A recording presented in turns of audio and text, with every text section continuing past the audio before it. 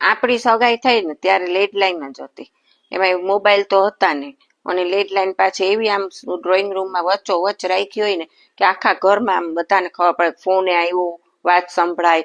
અને જેવો આપણે ફોન આવે ને એટલે બધા 15 જણા બેઠા હોય ને એકદમ જોર જોરથી હસી મજાક કરતા, પણ જેવી ફોન આવે ને આપણો એટલે બધા શાંત થઈ જાય અને એકદમ આમ જ જોતા કે શું વાત કરે. પછી જેવા ફોન ઉપાડે ને એટલે બધા આપણી અમે આમ ટપીને જોતા હોય.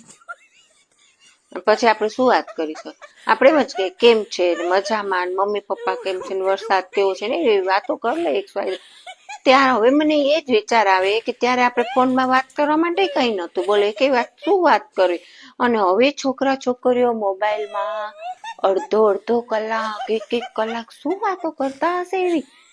અને આટલી વાતો કર્યા પછી એ શું થાય ખબર, કાં તો સગાઈ તૂટી ગયો નહીં, કાં તો અરે ભાઈ આટલી વાતો કર્યા પછી એ તૂટી ગઈ. અને અમને તો વાતો જ કરવા નથી મળી, એમ નમ ભગવાન ભરોસે આવી ગયા.